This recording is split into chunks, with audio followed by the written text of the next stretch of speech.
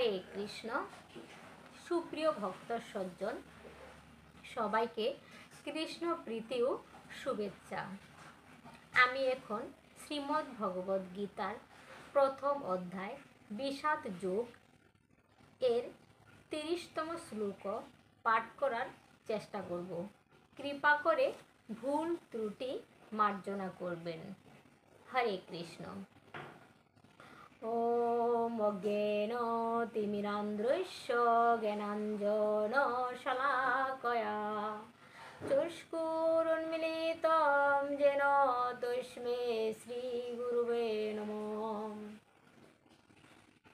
ओम नमो भगवते वासुदेवाय। श्लोक नम 30। न च शक्नोमि अवस्थातुं भ्रमैव च मे मनः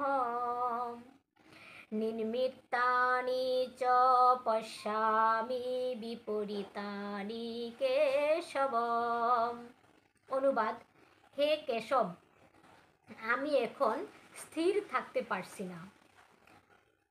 অর্জুন পরমেশ্বর ভগবান শ্রীকৃষ্ণকে বললেন, হে কেশব, আমি এখন আর স্থির থাকতে পারছি না। আমি আত্মবিস্মিত হচ্ছি এবং আমার চিত্ত উদ্ভ্রান্ত হচ্ছে। হে কেশী দানব হন্তা শ্রীকৃষ্ণ, আমি কেবল অমঙ্গল সূচক লক্ষণসমূহ দর্শন করছি। তাৎপর্য: অর্জুন অস্থির হয়ে পড়েছিলেন, তাই তিনি যুদ্ধক্ষেত্রে থাকতে অক্ষম হয়ে পড়েছিলেন এবং তাই তার মন এতই বিমর্ষ হয়ে পড়েছিল যে তিনি আত্মবিস্মিত হয়ে পড়েছিলেন। জড়জগতের প্রতি অত্যধিক আসক্তি মানুষকে মোহাচ্ছন্ন করে তোলে। ভয়ং দ্বিতীয়াভিনিবেশত। ভাগবত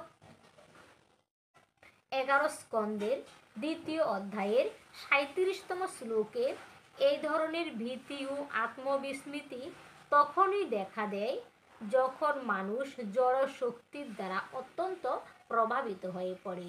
অর্জুন অনুভব করেছিলেন সেই যুদ্ধের পরিণতি হচ্ছে কেবল স্বজন হত্যা এবং শত্রু নিধন করে যুদ্ধে জয়লাভ করার মধ্যে কোনো সুখই তিনি পাবেন না।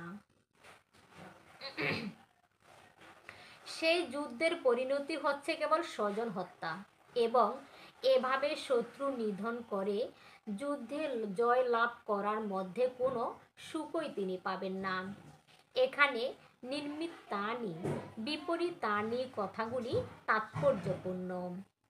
মানুষ যখন নৈরাশ্য ও হতাশার সম্মুখীন হয় তখন সে মনে করে, আমার বেঁচে থাকার তাৎপর্য কী? সকলেই কেবল তার নিজের সুখ সুবিধার কথাই চিন্তা করে। ভগবানের বিষয়ে কেউ মাথা ঘামায় না। শ্রীকৃষ্ণের ইচ্ছাতে অর্জুন তার প্রকৃত স্বার্থ বিষয়ে অজ্ঞতা প্রদর্শন করেছেন।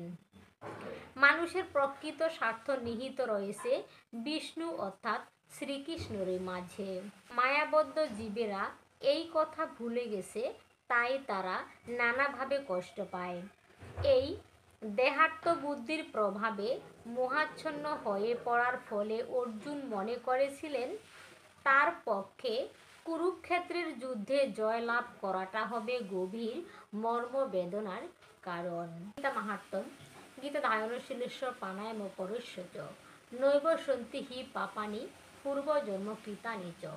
কেউ যদি আন্তরিকভাবে এবং অত্যন্ত গুরুত্ব সহকারে ভগবদ্গীতা পাঠ করে তাহলে ভগবানের করুণায় তার অতীতের সমস্ত পাপ কর্মের ফল তাকে প্রভাবিত করে না। হরে কৃষ্ণ। জয় গীতা, জয় গীতা।